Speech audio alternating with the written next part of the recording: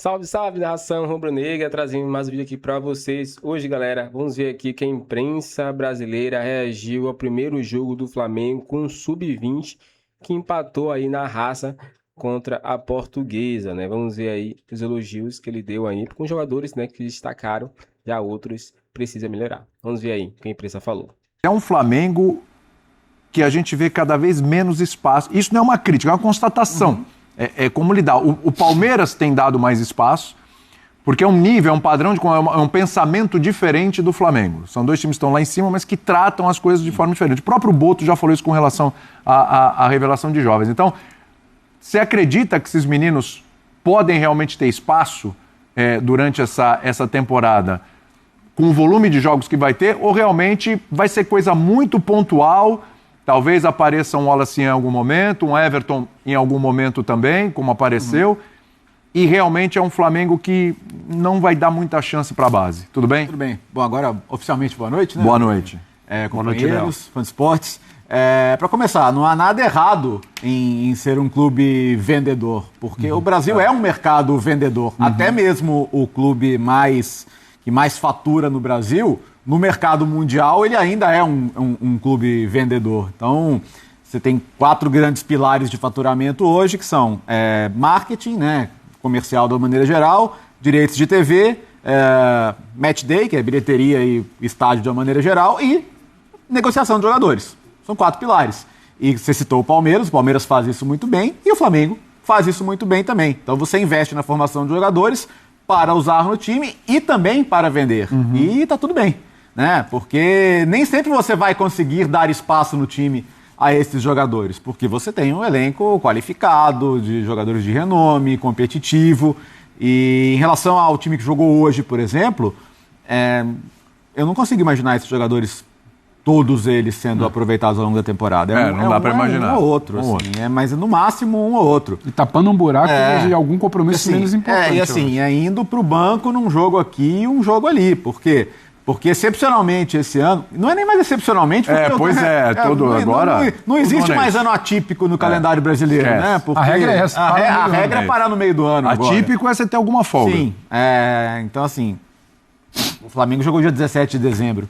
Em qualquer lugar racional, o Flamengo não jogaria dia 17 de dezembro e começaria uma temporada dia 11 de janeiro. Mas essa é a nossa realidade e as coisas são assim. Então, por isso que esse time teve que jogar hoje. Mas num cenário normal, quando o Flamengo rodar o seu elenco, os jogadores que vão descansar os titulares são jogadores do nível de um Carrascal, né? de um Plata, sabe? São esses caras, né? Entendeu? Então, não são esses jogadores especificamente. Então, você tá ali, se você tiver uma crise de lesões, coisas que vão acontecer também, claro, porque o nosso calendário é desgastante, está falando de times que competem por tudo, você faz uma projeção de 70, 80 jogos no ano, que é absurdo, mas é a realidade também, e nesse cenário vai ter lesão, vai ter desgaste, vai estourar. Mesmo assim, o elenco do Flamengo é grande a ponto de não necessariamente precisar desses jogadores. Assim, é bom ter.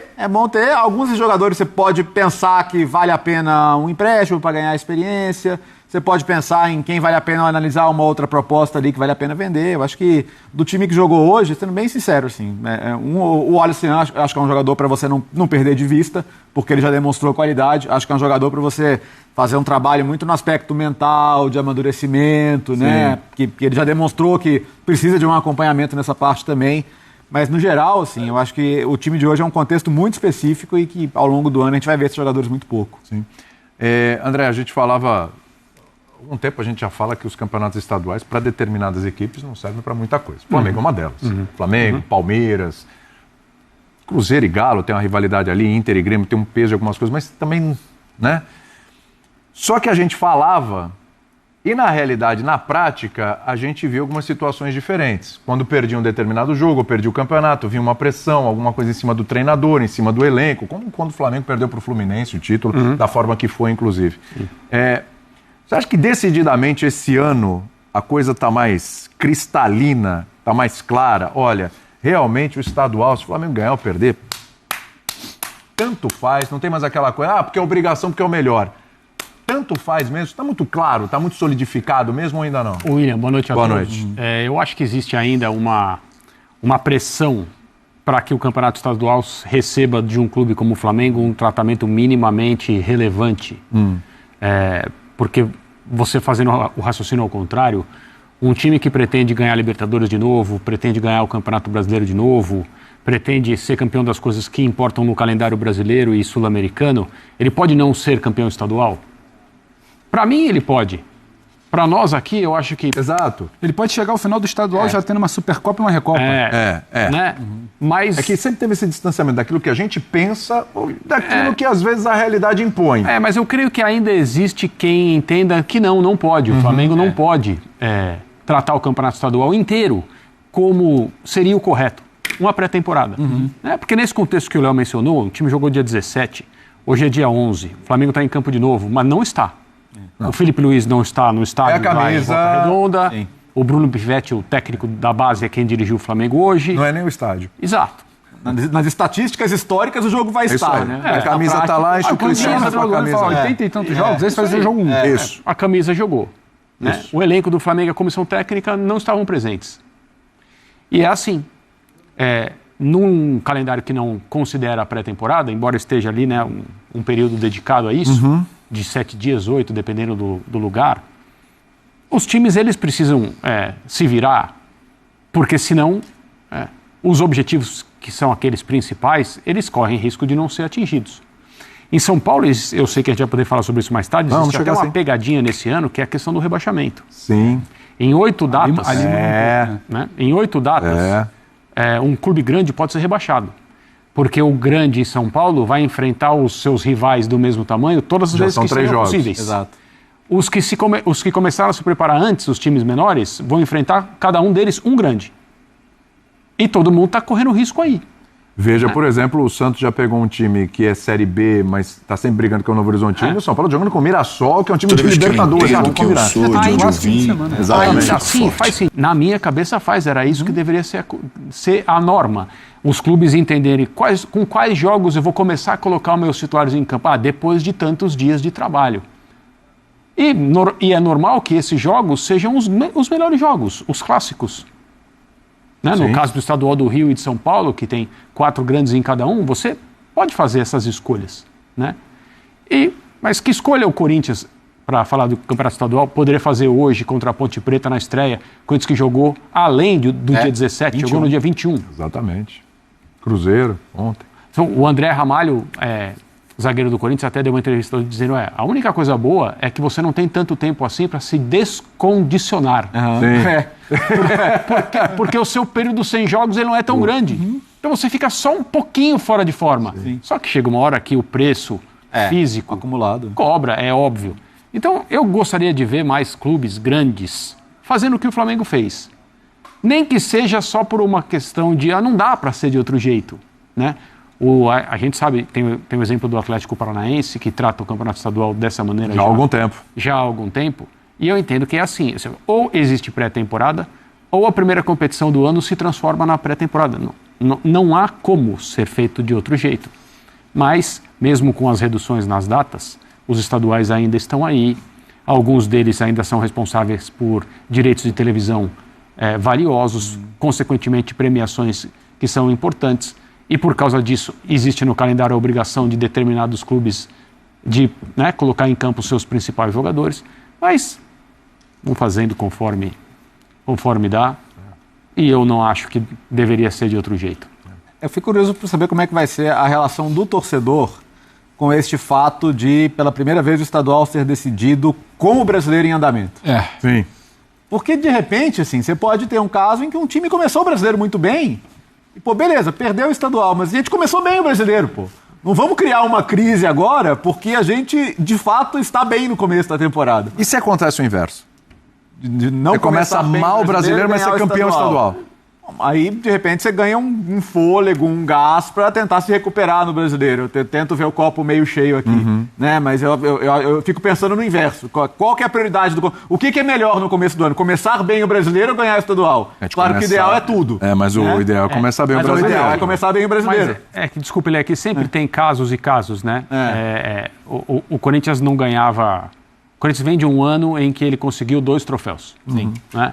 Um esportivamente tem pouco valor, que é o campeonato estadual. Mas interrompeu o tetra do Palmeiras. Exato. Né? Essa coisa. Aí é o contexto. Interrompeu o tetra do Palmeiras. O Palmeiras é o time que mais ganhou de maneira sustentável aqui em São Paulo, ganhou em nível nacional e nível sul-americano também, foi jogar mundiais, etc. Então você elimina esse rival da possibilidade de ganhar mais um título e é campeão em cima dele.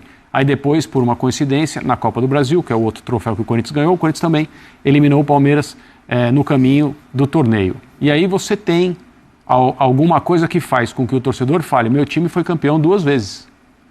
Porque no ano em que o Palmeiras só ganhou o estadual, mas ganhou o estadual. Não, para isso o estadual não vale. Sim. O estadual vale quando você ganha para somar com alguma outra coisa. Ou para te dar aquele fôlego no começo do ano, né? Aquela sobrevida que não durou muito para o Ramon. Não durou para o Ramon, não durou para o Palmeiras no ano em que o Palmeiras não ganhou mais nada. Sim. Não durou para o São Paulo no ano em que o São Paulo ganhou e pretensamente saiu da fila, mas a pressão continuou, então não saiu. Então, para o Flamengo ganhar o estadual significa alguma coisa? O Flamengo de hoje, é isso que eu estou dizendo. Então, e esse foi meu ponto. Não significa nada. Eu acho que não atrapalha nada a vida. Mas e se o Flamengo chegar à final do estadual contra o Fluminense, contra o Vasco, e perder contra o Botafogo e perder para um deles? Que você falou. Mas eu acho que essa loucura do calendário, eu estava até fazendo as contas aqui. A final do estadual, ela é no dia 8 de março. Então, daqui a 2 meses, pouco menos de 2 meses, 8 de março, teremos a final do Campeonato Carioca. A gente está falando de Flamengo. Em 8 de março, ainda vai estar muito vivo na memória das pessoas o lastro do Felipe Luiz do final da temporada. Ele é campeão da Libertadores, ele é campeão brasileiro, se arrastou uma novela porque não se poderia perder esse treinador. O Flamengo voltou a ganhar grandes torneios depois de 24 e 23 bem complicados, termina 2025 bem. Então acho que para esse ano o contexto é um pouco diferente. É como o Corinthians do ano passado, ainda que fosse um estadual, ele vinha, tropicando ali, aí ele impede o Palmeiras.